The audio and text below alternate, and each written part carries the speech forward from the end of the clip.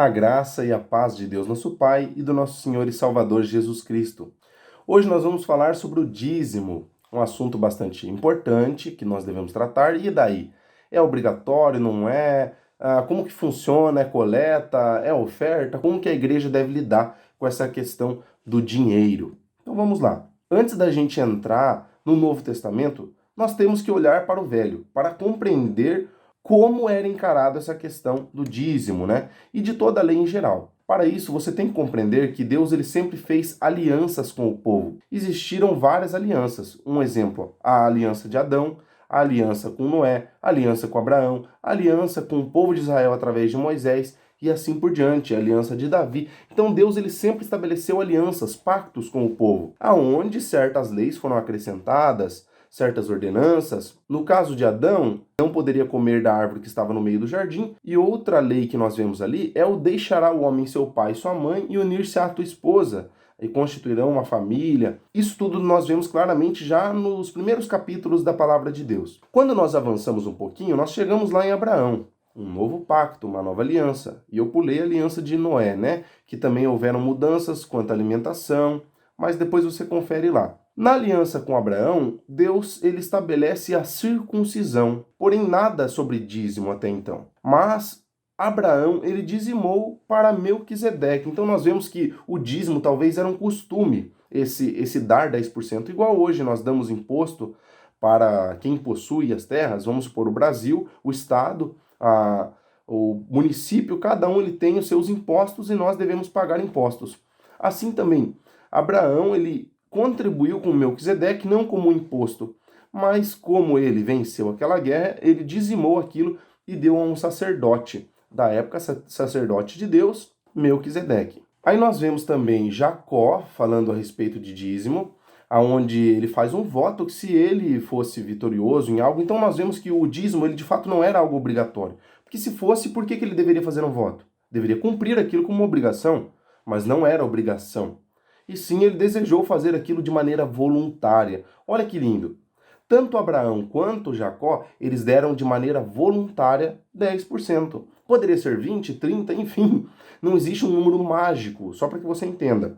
Mas aí quando é estabelecida a lei de Moisés, a tribo de Levi ela não poderia trabalhar para o seu sustento, eles deveriam focar no trabalho, porque era trabalho também, obviamente, do templo, em cuidado de várias coisas. Eles eram atribuídos de muitas coisas e por conta disso eles não tinham como se preocupar com colher, com semear, enfim. E era tudo dizimado a eles. É óbvio que no começo o dízimo sempre foi de animais, de hortas, de alimentos, mantimentos. O povo deveria sustentar os levitas. Haviam outros tipos de dízimos também. O povo de Israel, eles davam até mais do que 10%, porque havia um dízimo que era feito de 3 em 3 anos. Mas assim, eu não vou me aprofundar muito, porque o meu foco é no Novo Testamento. Nós também vemos o caso lá de Roboão, que eles reclamam para ele, porque o pai de Roboão, no caso Salomão, ele colocou duros encargos sobre o povo, né? O povo estava sofrendo com aquela, talvez uma taxação, imposto, mas Roboão ele disse que não diminuiria nada e que o mindinho dele era mais grosso que o lombo do pai, né? Um tipo de afronta dessa maneira, mostrando que se Salomão foi pesado, eu vou ser muito mais. Então, o ter um reino exigiu que Israel tivesse que cooperar muito mais, porque além de sustentar os levitas, eles deveriam sustentar o reino, as necessidades do reino. Mas vamos lá avançar então para os dias de Jesus Cristo, quando Cristo esteve na terra. Ele estava lidando com quem? Com o povo que estava sobre o jugo da lei de Moisés. Todas aquelas pessoas. Todo o ministério de Cristo, entenda, ele estava lidando com israelitas, com judeus. Portanto, falando com fariseus, em Mateus 23, 23 e em Lucas 11, 42, vamos ler aqui, ó. Ai de vós, escribas e fariseus hipócritas, pois que dizimais a hortelã, o endro e o cominho, e desprezais o mais importante da lei, o juízo, a misericórdia e a fé. Deveis, porém, fazer estas coisas e não omitir aquelas. Ou seja, ele estava dizendo que vocês devem dizimar sim, vocês devem ter esse zelo da hortaliça, mas muito mais com a justiça, com o juízo, com a lei, com a misericórdia. Então, o dízimo, o Senhor tirou o dízimo do povo de Israel? Não.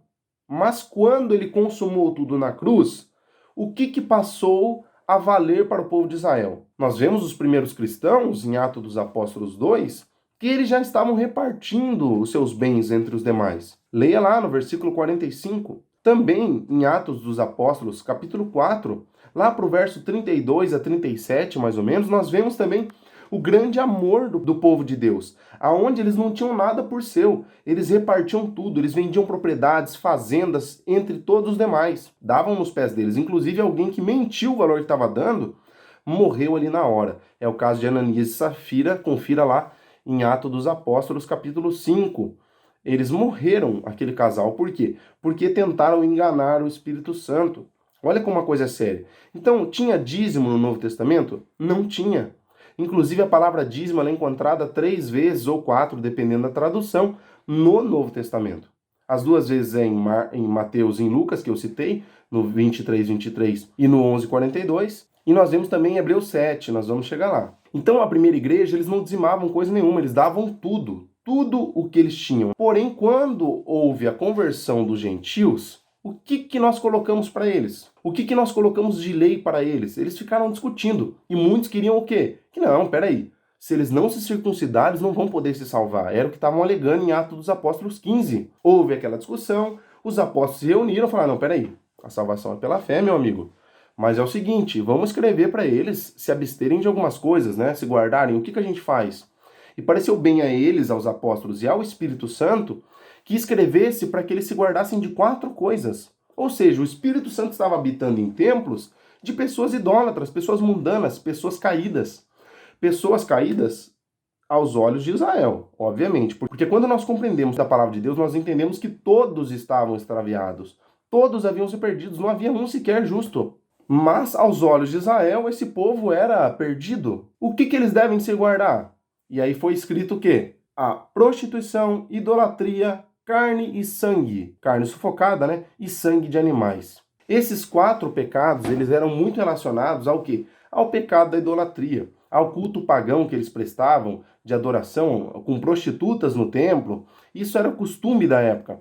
Então era para eles se absterem dessas coisas. E ali, inclusive, está escrito que bem vos vá. Não é que se eles eventualmente caíssem, obviamente, eles deveriam se esforçar para não cometer essas coisas. Mas se, por um acaso, alguma vez ali alguém acabasse comendo alguma carne, sabia que era, acabou comendo, é óbvio que ele não perderia a salvação, mas a comunhão dele com Deus, a comunhão dele com a igreja, ele haveria de se manchar. A prostituição também, a idolatria de igual maneira.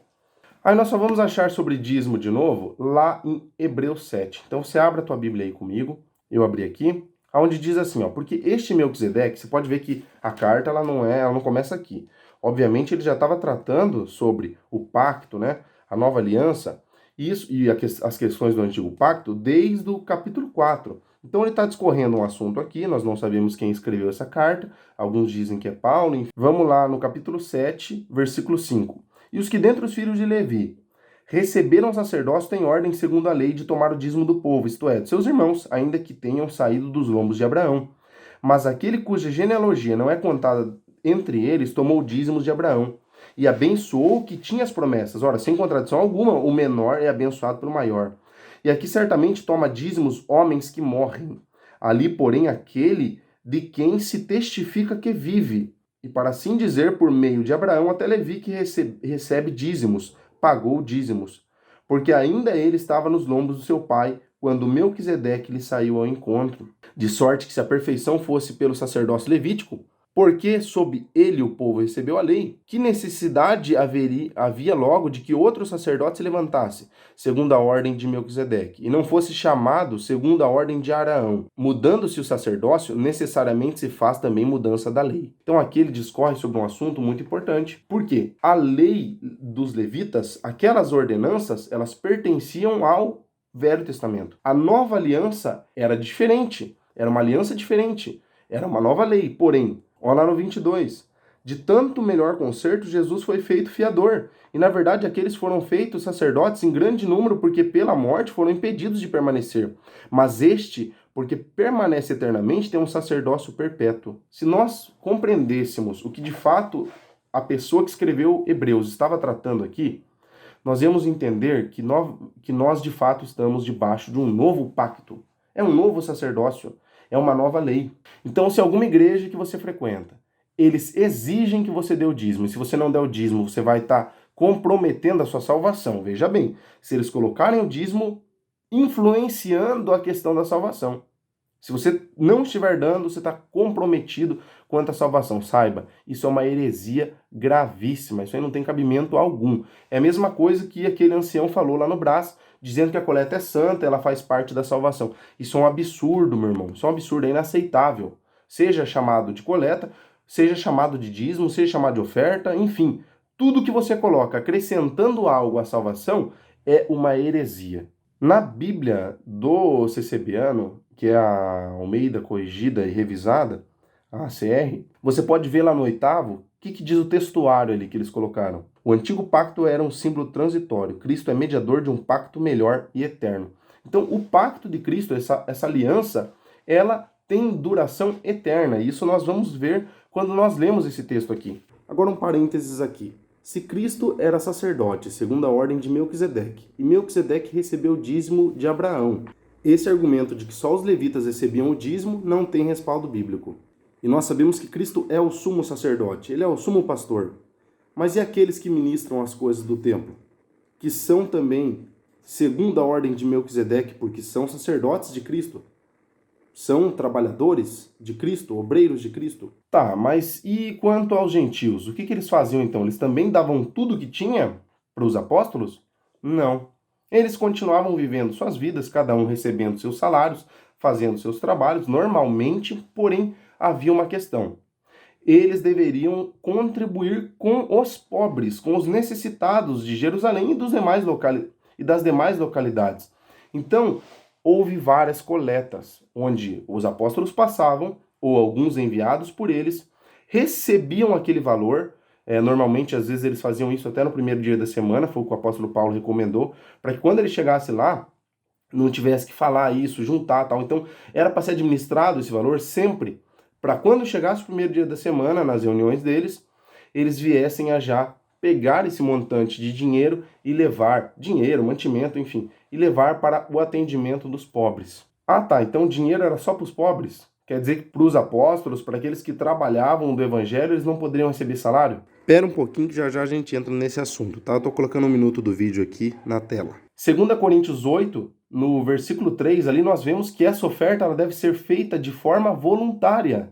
Devemos fazer com amor. E no versículo 7 nós vemos lá que cada um coopere segundo o que propôs no seu coração, mas que Deus ama o que dá com alegria. Essa coleta que eu disse que era feita no primeiro dia da semana, ela era segundo o quê? A prosperidade de cada um. Então, meu irmão, se uma igreja ela estabelece um percentual para que as pessoas cooperem, qual que é o problema disso? Vamos supor, vou dar um exemplo. Ela vai estabelecer um valor. Os reformados, eles pregam isso. O dízimo não é lei. O dízimo é uma forma de contribuição voluntária, segundo a prosperidade, segundo a pessoa propõe no seu coração. Mas nós devemos ser ensinados a não sermos avarentos e a termos prazer em cuidar das coisas que exigem cuidados. Vamos supor, conta de luz, cuidados com o templo, limpeza, manutenção, isso tudo necessita de dinheiro. Então, meu irmão, entenda. Não existe um valor obrigatório. Se a igreja estabeleceu um valor, vamos supor, a tua igreja era uma igreja bíblica e ela estabeleceu um valor. Tudo bem. Isso não é uma lei? Isso não é uma ordenança que se a pessoa fizer vai comprometer a salvação dela? É uma forma de contribuição que cada igreja estabelece da sua maneira. Agora, essa coisa de você ora a Deus e ver o que Deus faz você sentir, meu irmão, Deus tem que pedir para você? Quer dizer que Deus ele é um mendigo? Ele vai mendigar, ó meu filho, dá tanto na minha obra? Dá tanto para mim aí, eu queria tanto de dinheiro. Não tem cabimento, isso não tem respaldo bíblico. Você deve dar de coração, com amor. E aí muitos, eles fazem vários testes com Deus. Tem que esperar cair fogo do céu, tem que esperar fazer, eu quero tal sinal. Se for para mim dar tanto, meu amigo, dê de maneira voluntária. Dê com o teu coração, com a tua alma, com alegria, e o Senhor muito vai te abençoar. É gostoso quando a gente vê pessoas preocupadas com isso. Elas ficam orando a Deus, porque Senhor, eu queria tanto, dá pelo menos, eu queria te dar uns 20% na igreja. Se a pessoa propôs 20, se ela propôs 5, se ela propôs 10, louvado seja Deus, contribua segundo a tua prosperidade. Tem até casos na congregação, muitos que recebem carro, recebem pagamento de combustível, recebe, faz alguma compra lá, leva a notinha, os irmãos ressarcem ele. Isso é bastante comum e aí eles se injactam, eles acham que eles são superiores, né, no caso dos CCBanos, porque eles não dão o dízimo, mas eles dão coleta. E inclusive são ensinados pelos anciães. Se um dos presidenciáveis falou, outros devem falar. Isso é o que a gente viu só no online. Imagina espalhado pelo Brasilzão. Quantos não estão replicando a mesma coisa? Que a coleta é santa e que ela faz parte da salvação. E que coleta não é esmola, que não é para dar pouquinho não, igual, né, o outro presidenciável falou, eu não vou citar nomes. Quando a igreja cresce e o pastor não dá conta de cuidar dela, de trabalhar e cuidar da família dele, o que ele deve fazer? A igreja propõe para ele um salário e ele deixa de trabalhar. A igreja começa a subsidiar, a sustentar ele. Alerta aqui, existem sim muitos homens corruptos que se dizem pastor, presbítero, ancião, mas só estão atrás de se enriquecer às custas das ovelhas, pastores gananciosos e interesseiros, carnais, destes devemos nos afastar e repudiar sua atitude. Ele pode continuar trabalhando e também recebendo alguma coisa, alguma ajuda de custo? Abra lá, 2 Coríntios 11:8. Vamos lá. Capítulo 11, versículo 8. Leia bem o que está escrito lá. Paulo, ele diz que ele despojou outras igrejas, recebendo dela salário. Sim, Macedônia, Caia, várias igrejas contribuíam para o ministério de Paulo. E também para os demais. Aí muitos usam o texto de 1 Coríntios 9 para argumentar, não, Paulo e Barnabé nunca receberam dinheiro, nunca se casaram. Meus irmãos, eles não eram casados, né? Veja bem. Então eles não tinham esse tempo dividido. Eles viviam para o evangelho. Então ele trabalhava, fazia tendas. Paulo ele não colocava impedimento algum para o evangelho. E se chegando na igreja aos coríntios lá, o povo rejeitava, tanto que ele teve que, inclusive, usar de capítulos inteiros para justificar o seu ministério, mostrar para eles o quanto ele de fato era um apóstolo de Cristo, porque muitos desfaziam da pessoa de Paulo. Meu irmão, eles não contribuíam com Paulo, eles não ajudavam ele em nada. E isso era um absurdo. E Paulo mesmo, por pirraça, vamos dizer assim, ele falou, não, Deus me faça morrer, a fazer vã essa minha glória, que eu não quero nada de vocês. Então, outras igrejas sustentaram ele enquanto ele pregava para o povo de Corinto, porque eles eram o quê? Avarentos. Não só por avareza, porque obviamente eles contribuíram com outros ministérios, mas com outros ministros, mas eles não aceitavam o apóstolo Paulo como apóstolo. E uma coisa que eu quero adicionar para você aqui, no ministério de Jesus, ele não pregava que de graça dai, o que de graça recebestes? É óbvio. Mas ele também pregava no mesmo texto, você pode observar, que digno é o obreiro do seu salário. Ou seja, se você está numa casa, você está pregando o evangelho para lá, eles não deveriam levar dinheiro nem nada. Como que eles haveriam de comer? Era para viver só pela fé, se alimentando do Espírito? Não, meu irmão. Toda casa que eles entrassem deveria dar para eles o quê? Os mantimentos, eles deveriam se alimentar de lá. Então, Cristo, ele participava sim das casas, festas que ele visitava. Quantas vezes ele jantou em casas? A casa de Zaqueu é um exemplo, outros fariseus, muitas casas, né? Que Cristo entrava, eles davam a ele algo de comer. Ele se alimentava de tudo naquela casa. Então é óbvio, até então, Cristo, ele recebia o quê? Mantimentos, mas e dinheiro? Nós vemos mulheres que o serviam com as suas fazendas. Lucas 8, no versículo 3. Observe lá o que está escrito em Lucas 8. Então, meu irmão, Cristo ele era subsidiado por mulheres, por pessoas que davam dinheiro. Nós vemos lá Judas que ele tinha a bolsa onde eles colocavam o dinheiro e aquele dinheiro era só para eles? Não. E aí o que eles faziam? Davam aos pobres. Eles cuidavam, eles faziam assistência social. Pescavam, se alimentavam de pesca, mas também se alimentavam do dinheiro de doações. O pão e os peixinhos foi um homem que doou. Então nós vemos isso muito claro na palavra de Deus, que aquele que prega o evangelho, ele deve também viver do evangelho. Outros versos que justificam também o homem ser salariado, o homem que vive do evangelho, ele comer também do evangelho, que a vida toda dele é o evangelho. Filipenses capítulo 4, do versículo 15 ao 18, veja bem lá o que Paulo fala. Ele estava agradecendo a igreja de Filipos por ter cooperado com ele, por ter subsidiado, sustentado ele. Olha que coisa linda. Em 1 Timóteo 5, no versículo 17 e 18, nós vemos que digno é o obreiro, principalmente aqueles que ministram a palavra, de duplicada honra. Digno é o obreiro do seu salário, pois não atarás a boca ao boi que debulha. Em outras passagens diz que Deus tem cuidado de bois. Será que Deus escreveu isso por causa dos bois? Então, gente, os versículos são muitos, tem muita coisa. E existe algo que é vendido pela CCB que nós não podemos receber da igreja. Às vezes nós vemos cooperadores que se matam, se destroem e eles não tiram dinheiro sequer algum da igreja. E eu quero que você medite numa coisa. Tudo tem custo e benefício, certo? E quando nós nos desviamos da palavra de Deus, aquilo que está na palavra de Deus nunca é para bem. Ainda que o homem pense, não, nós vamos fazer voluntário, que nós não vamos receber dinheiro de forma alguma. Ninguém que prega aqui vai receber salário. Beleza. Isso quer dizer que não tem custo nenhum. Mas qual que é o benefício? O que a igreja entrega?